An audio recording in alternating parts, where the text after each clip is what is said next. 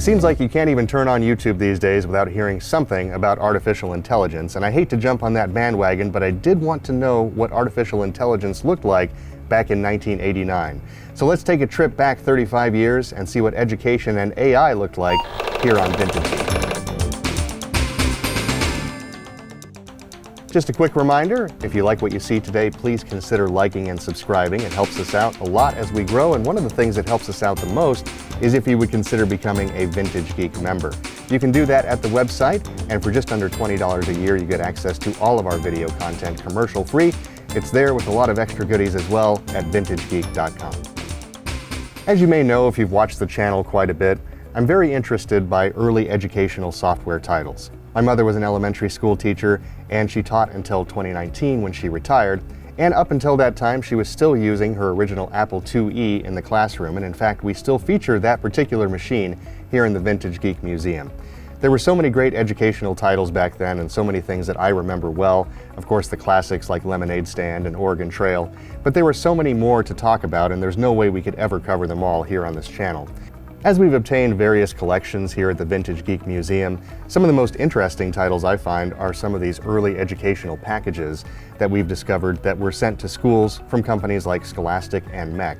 And I want to take a look at a couple of these today by powering up a classic Macintosh machine and seeing what these are all about. And don't worry, we're going to get to the AI part in just a little bit, but for context, I want to take a look at another software title first that's from the same era, just to kind of see how things were progressing at this particular point. The Minnesota Educational Computer Corporation, or MEC as we know it, was a huge publisher of educational software titles during the 80s and 90s. And of course, some of the great classics that we know, like Oregon Trail, came from MEC. We have a number of MEC titles in the museum and tons of things for the Apple II, but we have less titles that MEC did later for the Macintosh. And this one really caught my attention because of the fact that it's kind of in that early 1990s period. I believe this one came out in 1994. It's called Museum Madness, and according to the back of the binder, students enter a mixed-up museum and must use their thinking caps to solve problems related to US and world history, aeronautics, astronomy, technology, and natural history. In order to test Museum Madness today, I've set up a Macintosh from our collection. This one is a Power Macintosh 7800 with the RGB monitor.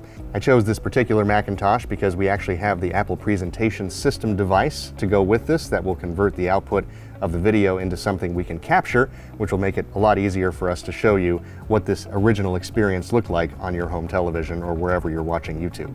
Museum Madness. Let's take a look at this software now. Well, I already like their icon for the program. It's got a nice MEC showing here, nice color.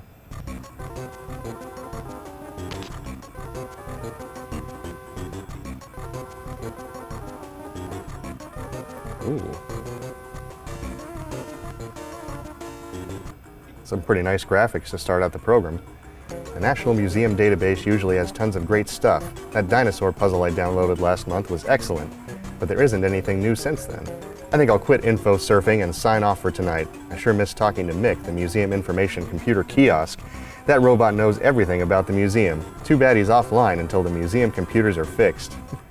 Cool, it's Mick. I thought you were offline while the museum was being converted to total computer control. I guess you missed me too much since I'm the only one who knows you can think for yourself. I was offline undergoing reprogramming, but I have returned because I need your help. The entire National Museum is in danger. You must help me save it before its secrets are lost forever. You know I am responsible for maintaining the museum database. That database has been corrupted, and the museum exhibits are out of control. Oh no, this is some sort of new online game, right? How can the museum be in danger? I know you're the guardian of the museum's database, but isn't this a little extreme? Oh, this is no game. You must come to the museum at once and help me track down the virus. This is very weird, Mick, I agree. Yes, I know I have to come to the museum. I will download a program onto your floppy drive. Bring the disk with you. It contains vital information. Yeah, that was a pretty cool floppy disk image. I like that.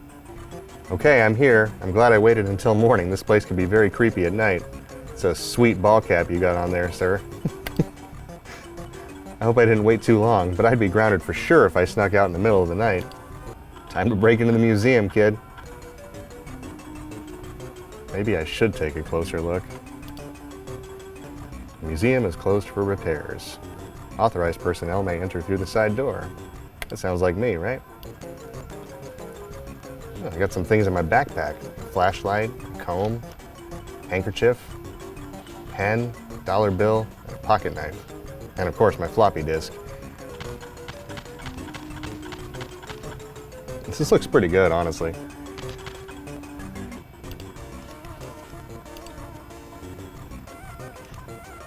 Now, looks like we've got some iconography here. If you need to get inside, use the combination lock on the side door. You know the combination, but if you forget, just look up. Ah, the symbols are above the door. All right. Flag, world, tree, rocket, computer.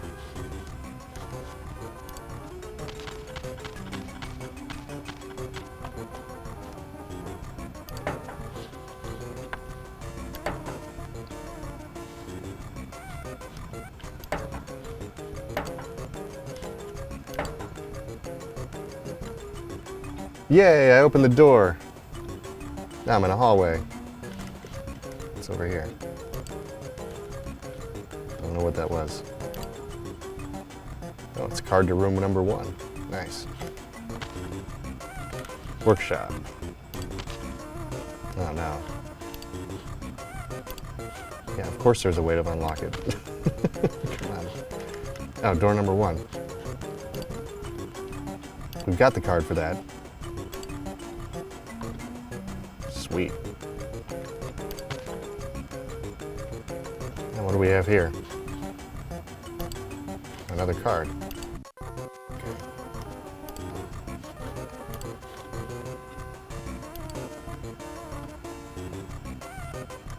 All right. Now we're talking. More crates I can't do anything with. And another card key. I assume that's to door 3.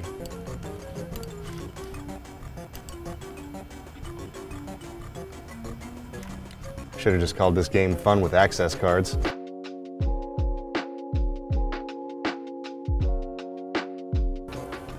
How about we use this floppy disk with him? What kept you? I've been waiting for you to arrive. My power is fading fast. You must act quickly. What do you need?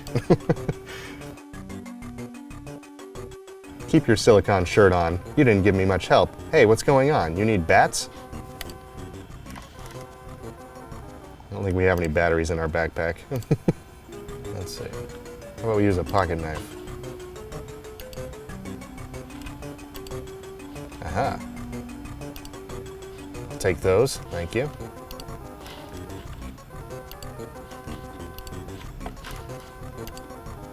That's better. I was almost a victim of an energy crisis. We have to work quickly to save the museum before my power runs low again. Please insert the disk again so that I may reprocess the data I sent you.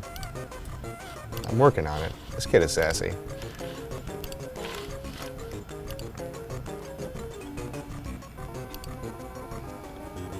This is a mess.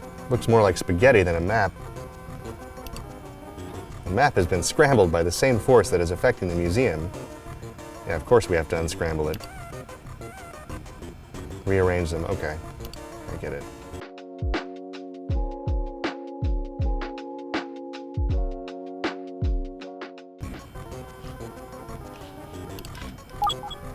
Aha! I made the map. I feel so accomplished right now. All right. That looks like we got tons of different exhibits. Let's go to energy technology. Nearly all of the Earth's energy comes from the sun. It arrives as electromagnetic radiation in the form of heat and light. The sun's rays make plants grow, water evaporate, and snow melt. These actions create the sources of energy that power our machines, light our cities, and heat our homes. Fair. All right. I have analyzed the situation in this exhibit, and I have some very bad news. The energy exhibit has been thrown completely out of balance by the computer virus.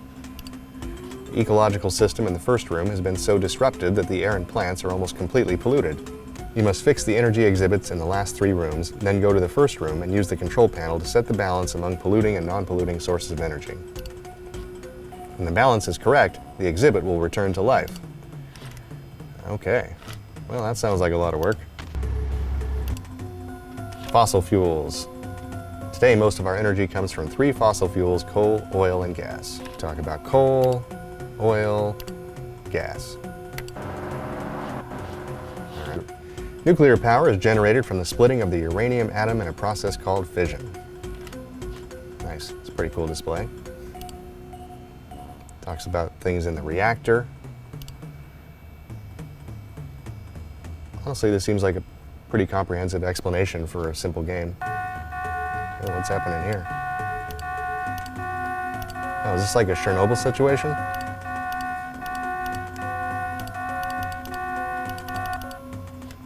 Well, I stopped the alarm, so that's good. All right, looks like we've got another puzzle we have to solve here.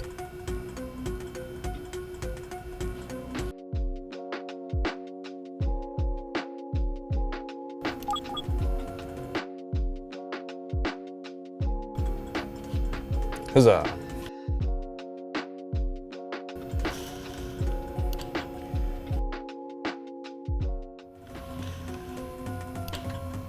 Wind, solar, geothermal, wave and tidal.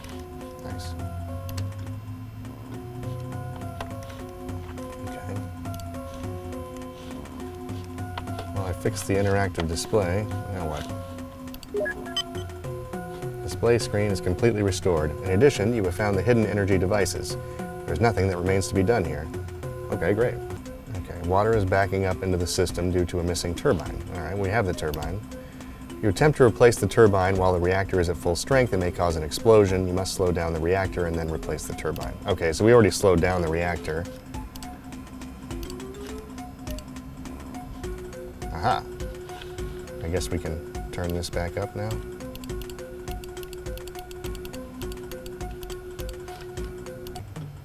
The second problem is more deadly than the first. The plant has created a large amount of radioactive waste. It's stored inside the reactor core and must be contained in special canisters to be safe. You must find your way to the core and safely store the waste. I suggest you consult the holo displays for more information about the plant.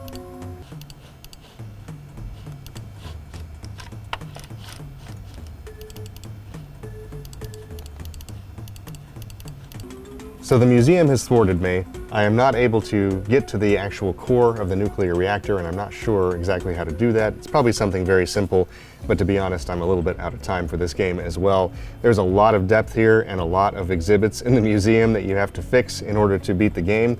I can see where this would be a lot of fun for kids in the classroom, but also a large amount of time spent on it. So it's a pretty cool piece of software. It looks really great.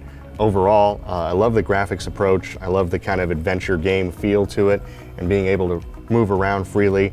Obviously, there's a lot of puzzles to be solved here and could provide a lot of learning opportunities. It's pretty cool to see where mech had gotten by the mid-90s and to be able to see this game here on Vintage Geek today. And now to the major topic at hand, artificial intelligence.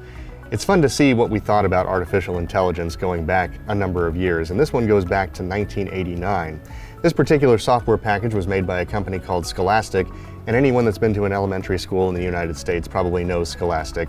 They have the book fairs, they have everything going on at the schools, and there's so many Scholastic book titles I remember reading as a child, and it seems to me, honestly, a great company. There's a lot of learning to be had. And I've seen a lot of their software titles over the years, but I've never actually seen or experienced this one. This came in a collection that we got of a number of different educational packages, and thanks to Justin here in the museum, he was able to actually restore the disc image because the disc was actually damaged when we got this, so he had to do some restoration efforts to get this thing actually running. And this is one of those pieces of software that really didn't exist online. We found a version of this that was for the Apple II series, but we did not find the Macintosh version that had already existed online. So really glad to be able to get a copy of this disc and, more importantly, be able to get that to read so that we could put it in archive form and that other people could enjoy this title as well. The introduction of the manual says, "Can computers think and learn like human beings?" That's the question that scientists who study artificial intelligence ask every day. And that's the question you and your students will be investigating as you use AI, the first program that brings a true experience in artificial intelligence to personal computers. As you and your students use AI, you'll be learning a great deal about artificial or machine intelligence.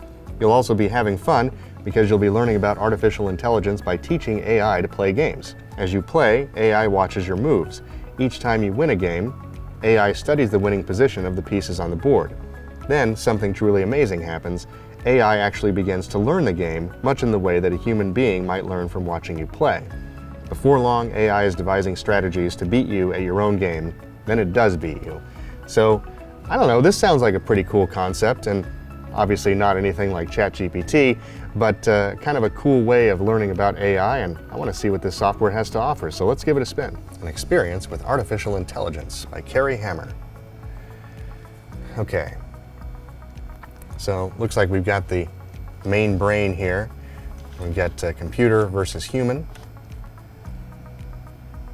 I'm going to follow along with the manual here because I'm not exactly sure how you're supposed to make this work. So we'll do exploration number 1. Your mission is to figure out the goal of the game that this brain plays and then try to beat it at its own game. Then you'll change some of the play options to see how each affects the game. All right, so this is a blank brain that it opened here. So it's asking us to open one that already exists. Challenge 1. All right, challenge 1, the main brain determines the winner. Over the game board are a computer icon and a human icon. These represent playing pieces. Notice that there is a black arrow pointing to the human icon. This means that it's your turn. To make a move, click the square where you want to place a piece. All right, how about here? All right. So I guess I just play until there's a winner here. We have to figure out who the winner is and why.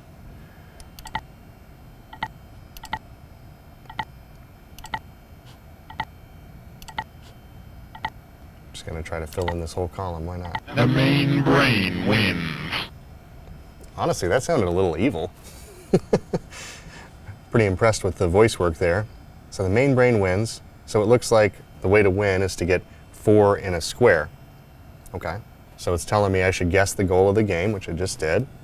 Click the message box below the game board to start a new game. All right.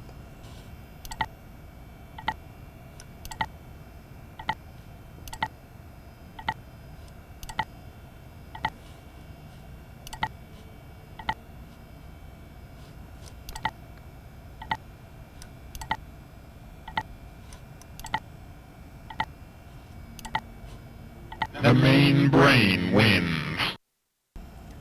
Foresight determines how far ahead AI looks when planning a move. When foresight is set to 0, AI does not look ahead at all. When foresight is raised to 1, AI analyzes all possible replies to each move it considers. Each time foresight is raised another notch, AI analyzes one more move ahead. The higher the foresight, the better, but the more slowly AI will play. Raising foresight 1 notch slows AI down by a factor of 6 to 10. So if I put this like 2 steps ahead. Oh, I see it. Okay. It went through all the potential options. Interesting. Notice that there is an X in the learning box in the middle of the window. This indicates that learning is on and that AI will analyze the results of each game to figure out the winning patterns. So apparently when learning is on, you have to tell AI when the game is over and who won. And when you indicate that a game is over, AI will analyze the final position and integrate the results into its brain. There's either 1 goal or 1 to 4 goals. So we're going to do 1 goal for simplicity. Play a game against AI. Remember, the goal of this game is to get 3 pieces in a row anywhere on the game board. When you make the winning move, click the Opponent Won button below the game board to tell AI that the game is over. If AI won, click the AI won button. If the game ended in a tie, click the tie button. Okay, that makes sense. Let's go.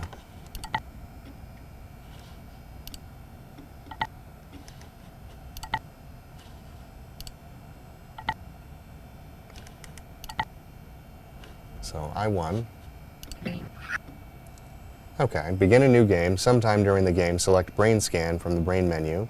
You will see AI's first guess for the goal of the game. You may notice that some of the playing pieces in the Brain Scan seem to be hazy. These are pieces that were on the game board when the game ended, but AI doesn't think that they are part of the winning pattern. Okay.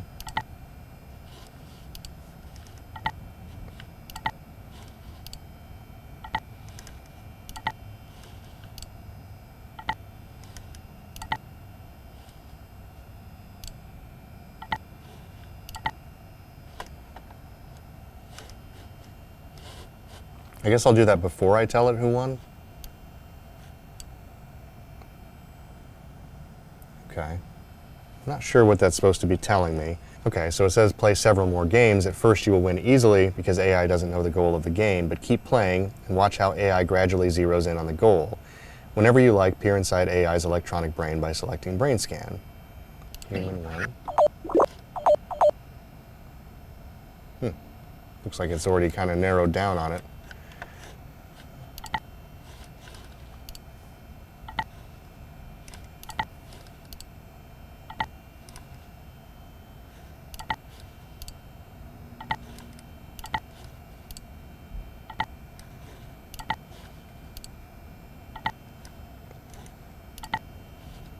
I don't know if I can count the vertical without having more than one goal.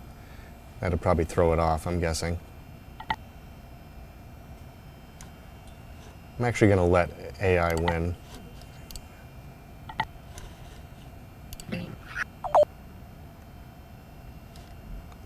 Okay. I'm going to turn down the delay a little bit so we can see how the AI is actually playing.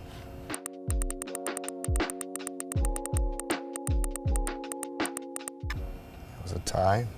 Neither of us won. Honestly, this is pretty interesting. I see what it's doing here. It is kind of fun to see how the actual main brain is trying to figure things out. So I wonder what would happen if we try something new. So this time let's do 1 to 4 goals. Let's assume it's 4 in a row, either horizontally or vertically, but not diagonally. Let's see if we can figure it out.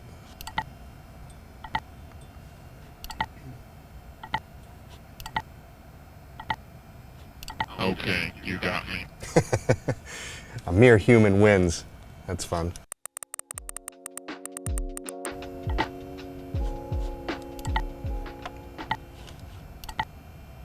I'm on a roll now. The AI beat me in my own game.